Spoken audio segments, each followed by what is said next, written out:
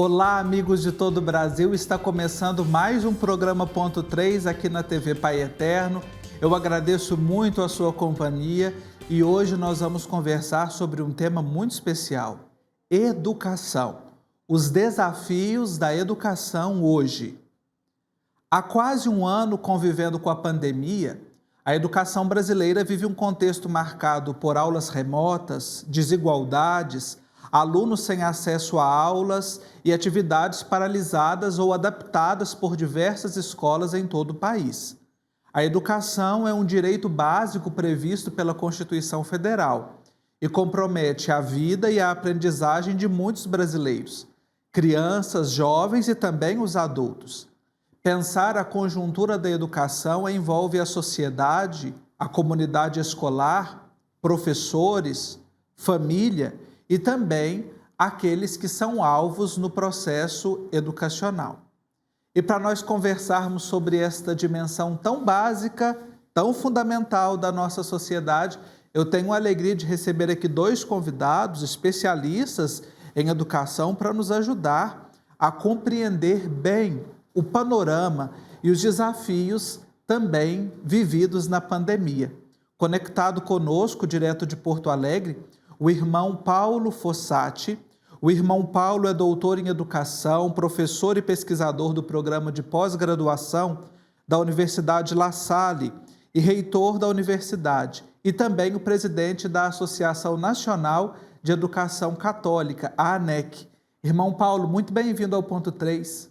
Muito obrigado, Marcos. Obrigado a todos que nos acompanham. É uma alegria enorme podermos compartilhar com todos os brasileiros nossas experiências, principalmente nossas boas práticas neste tempo de pandemia.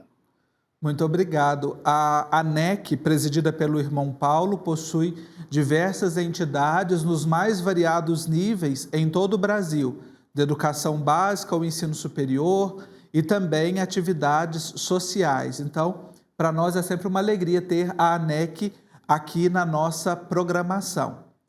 E também conectada conosco desde São Paulo, a Maria Tereza Pérez, que é diretora-presidente da comunidade educativa SEDAC, que lidera diversas iniciativas voltadas para a melhoria das condições de aprendizagem nas escolas públicas brasileiras. Uma atenção especial para a educação básica, tão primordial para a nossa sociedade. Maria Tereza, muito bem-vinda. Bom, estou muito contente de estar aqui, de poder compartilhar com um grupo grande algumas ideias de educação. Educação nunca foi algo simples nem fácil de ser tratado. E com a pandemia, eu acho que muitas coisas apareceram de uma forma muito agravante, o que nos possibilita refletir ainda mais sobre as necessidades da educação básica no país. Ótimo. Obrigado pelo convite de estar aqui com vocês. Muito obrigado pela sua presença. Já já nós vamos conversar com o irmão Paulo e com a Maria Tereza, mas antes, aquela mensagem especial para você que nos acompanha. E você que mantém essa obra no ar, você que, fiel ao apelo do Pai Eterno, responde com generosidade, fazendo parte da família dos filhos do Pai Eterno.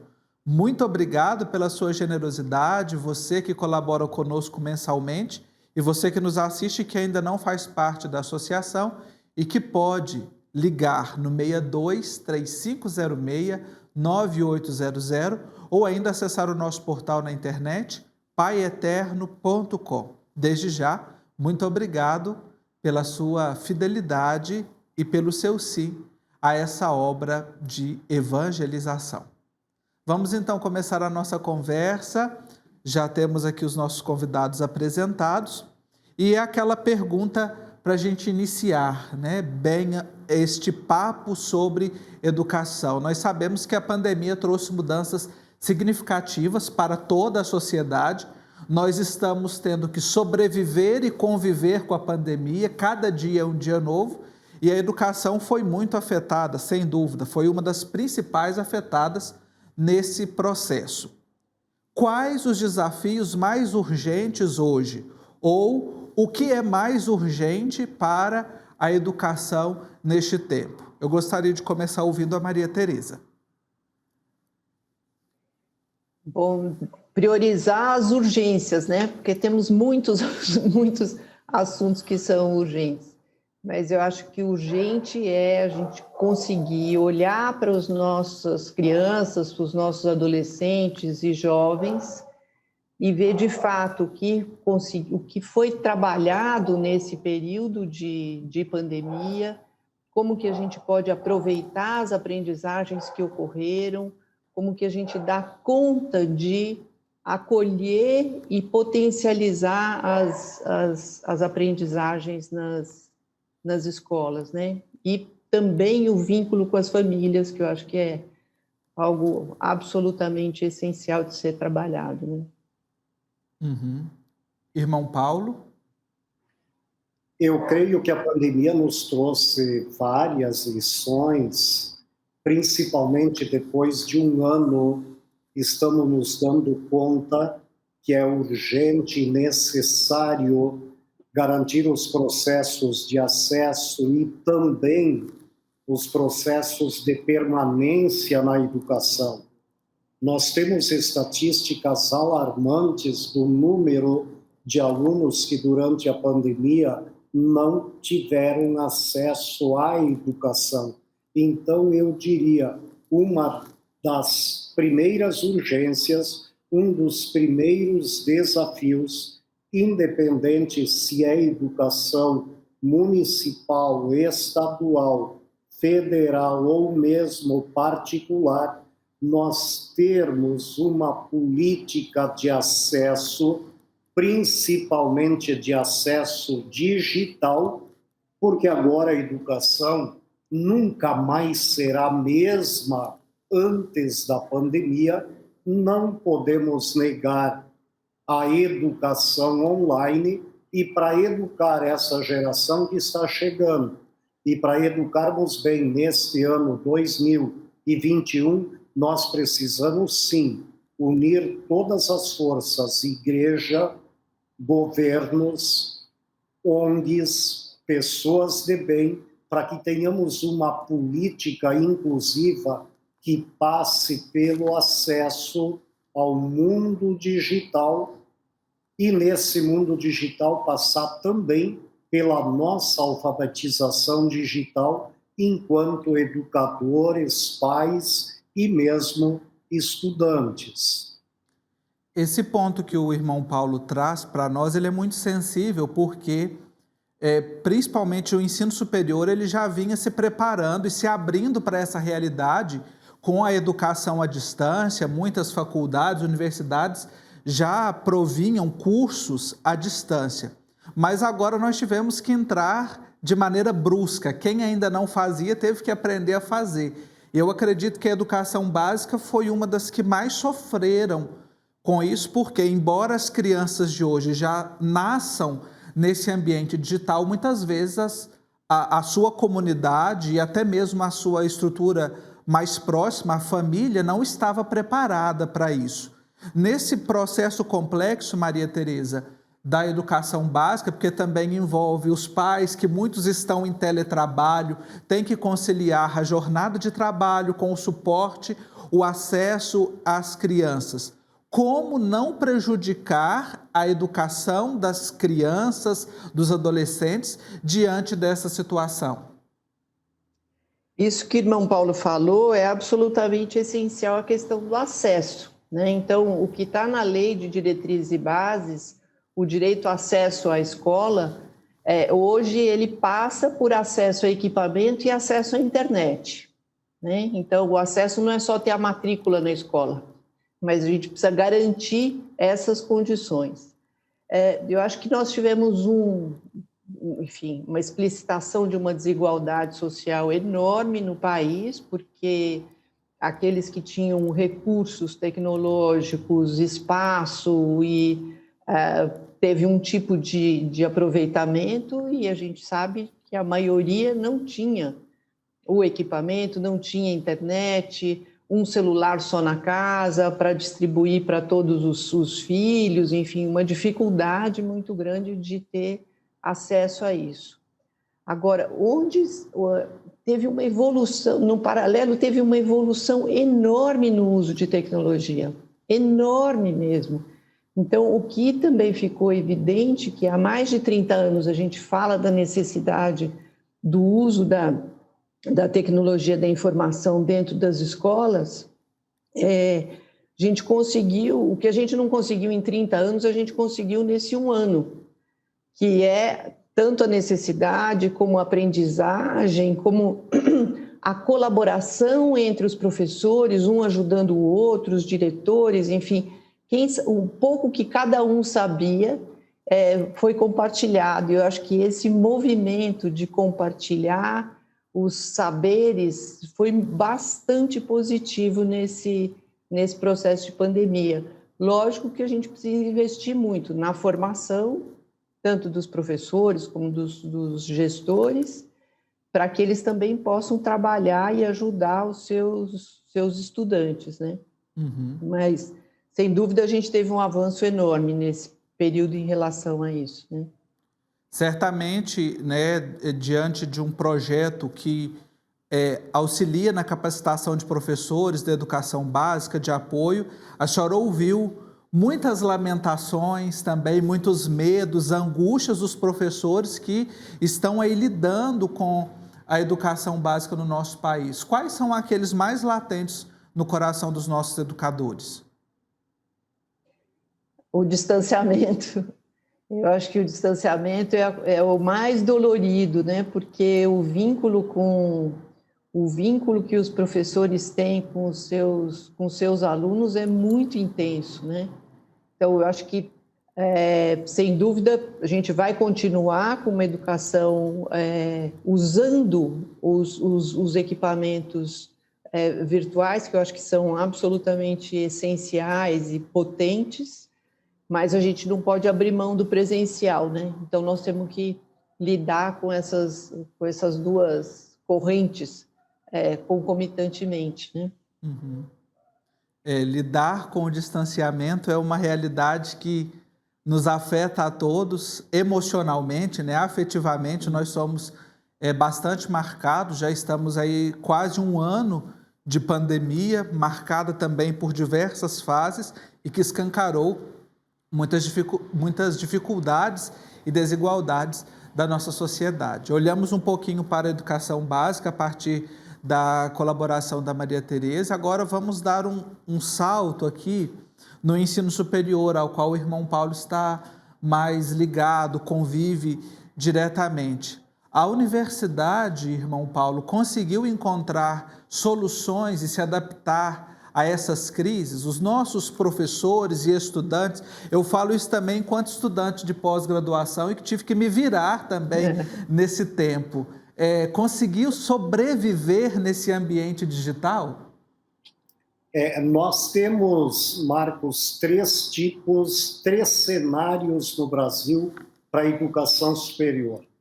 Um grupo, e nesse eu coloco o grupo da ANEC, das 89 católicas, que já estávamos preparados com a educação à distância e nós conseguimos, em 24 horas, fazer a virada de chave e ir para a educação online em tempo real, síncrono, e praticamente nós não paramos. Tivemos um segundo grupo de organizações da educação superior que precisaram alguns meses para parar e formar os professores, porque nós tínhamos um grupo de professores chamados consumidores digitais.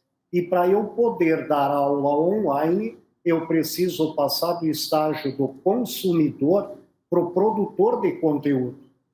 E nós tivemos também casos de universidades, isso eu tenho estatísticas, de universidades que somente no segundo semestre, e ainda lá por setembro, outubro, retomaram as atividades online, porque os professores não tinham preparação digital. Então, eu te diria, na educação superior, nós passamos por 3 grandes estágios. Instituições que estavam preparadas, instituições que precisaram um curto tempo e instituições que precisaram um tempo mais elástico para fazer a retomada. Importante é que nós concluímos o ano praticamente com todas as instituições de educação superior no Brasil, e que são ao redor de 2.200, conseguindo tratar do seu conteúdo de uma forma remota, de uma forma online, sincronizada ou não. No caso da NEC, a nossa grande alegria é que nós conseguimos já nos anteciparmos. Eu mesmo sou professor de pós-graduação, no mestrado, doutorado em educação, e eu consegui, em 24 horas, levar todos os meus alunos do mestrado e doutorado para a educação online sincronizada. E foi uma grande, grande aprendizagem, não só para os alunos, mas para o professor também, porque eu, com os meus cabelos grisalhos, ainda era muito da tendência do visual, do presencial e certa resistência ao mundo virtual. Contudo, para me reconhecer educador nesse século XXI, eu precisei fazer esse movimento de sair de mero consumidor para ir para o mundo da produção virtual. Então, nesse ponto, eu creio que todos nós, educadores, ganhamos, e ganhamos muito desenvolvendo habilidades que nem nós sabíamos que tínhamos. Isso é muito bom. Uhum. Nós tivemos que aprender a conviver, a sobreviver, e estamos ainda, né, nesse processo de aprendizagem. Né? O aprender, e vocês têm toda a propriedade nessa palavra, porque lidam diariamente com o processo de aprendizagem, ele é muito rico para nós. E há pessoas que veem situações como essa que estamos passando de maneira muito pessimista e outras de maneira mais otimista, né? Alguns veem a metade como o fim do começo e outros veem como o começo do fim. Ano de 2020, ano de 2021, que nós estamos iniciando, tão marcado aí para a educação. É possível recuperar o que nós estamos perdendo neste tempo? Esses ajustes, todo esse processo que nós somos passando, é possível de ser recuperado de alguma forma? Maria Tereza. Eu não falaria em recuperação, porque eu acho que muita coisa, foi o começo da minha fala, porque eu acho que muita coisa foi aprendida, né? Então a gente precisa compreender o que foi de fato aprendido, as diversidades que houveram nessas aprendizagens e buscar acolher os alunos com aquilo que eles sabem e potencializar esses saberes. O que nós vamos precisar fazer é uma reorganização curricular. Não dá para a gente querer acelerar o tempo, vamos ensinar rapidinho, porque ninguém aprende rapidinho, então é uma coisa ilusória. Então, acho que a gente tem que olhar para a realidade e ver como que a nossa reorganização curricular pode contribuir de fato para que eles continuem aprendendo. Então, acho que esse é o nosso grande desafio para esse ano, e garantindo o vínculo, né, das crianças, dos jovens com a escola, garantindo o vínculo com as famílias, para que a gente possa fazer um trabalho conjunto, usando tanto o meio digital como o presencial. Quer dizer, vamos trabalhar com essas duas dimensões de uma forma harmônica. Essa é a nossa meta, né? Uhum. Irmão Paulo. E fazer da escola uma coisa bacana, assim, sabe? Fazer da escola uma coisa viva, coisas interessantes, instigantes, né? Sim. Prazerosas. Eu acho muito interessante, professora Maria Tereza, quando a senhora traz o currículo, e de fato nós precisamos rever o nosso currículo, porque currículo é vida, currículo é resolver as questões do cotidiano, currículo é aprender a resolver a dor das famílias, da população, das nossas comunidades. Os pessimistas diriam: perdemos o ano 2020. Se nós olharmos o Pacto Educativo Global do Papa, que nos pede para repensarmos nossos valores, para repensarmos a solidariedade, eu diria que 2020 nós não perdemos, nós ganhamos solidariedade, nós ganhamos Paulo Freire, quando ele diz que aprendemos entre saberes diferentes. Eu fui aprender educação digital não com pessoas da minha idade ou maiores do que eu fui aprender educação digital para dar conta da minha missão com alunos egressos do ensino médio, que são verdadeiras expertises no mundo digital. Então, quando nós dizemos que aprendemos com saberes diferentes, quando nós dizemos que nós precisamos aprender uns com os outros, quando temos toda uma crítica que o trabalho do professor é solitário e que ele fecha a sala de aula e fica na solidão. O mundo da pandemia disse que a vida é colaboração, que as respostas se constituem em times, em equipes, em partilha, em solidariedade. Como nós vimos a produção da vacina agora, quantos cientistas trocando informações, partilhando informações, sendo cooperativos ao redor do mundo. Logo, eu creio que se essa lição da cooperação nós levarmos adiante em 2021, como a professora Maria Tereza diz, no mundo híbrido ou no mundo presencial, porque nós vamos passar o ano todo até todos termos a vacina e criarmos essa nova cultura do cuidado, nós vamos passar o ano todo transitando nesse hibridismo. Mas o importante, no meio disso tudo, conforme o Papa nos pede, é que repensemos que valores nós estamos desenvolvendo na educação que nós proferimos. Então, creio que temos muitos ganhos com isto tudo.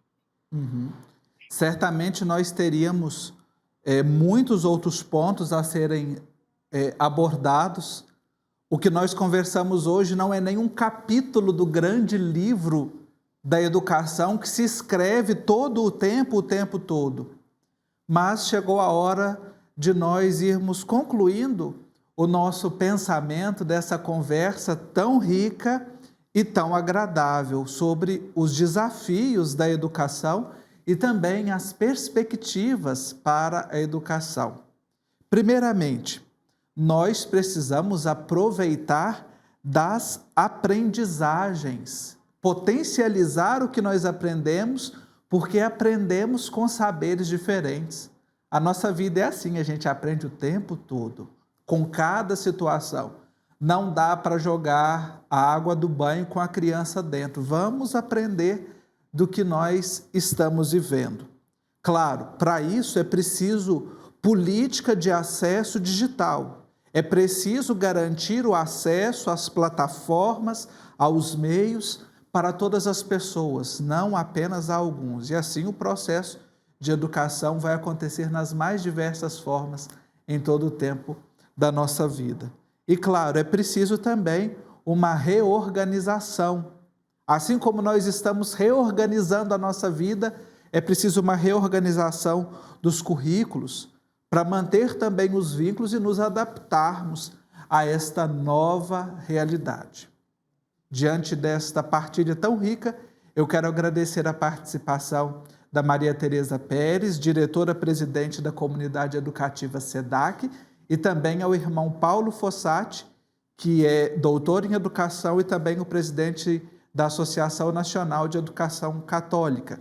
E desejo encerrar este nosso programa homenageando a vocês, educadores, e a todos os que bravamente estão lutando pela nossa educação, com um trecho do poema Mestre, de Fernando Pessoa, sob o heterônimo de Ricardo Reis. Colhamos flores, molhemos leves as nossas mãos nos rios calmos, para aprendermos calma também. Girassóis sempre fitando o sol, da vida iremos tranquilos, tendo nem o remorso de ter vivido. Muito obrigado pela sua companhia, pela sua audiência no nosso ponto 3. Eu aguardo você no nosso próximo encontro. Um abraço e até lá!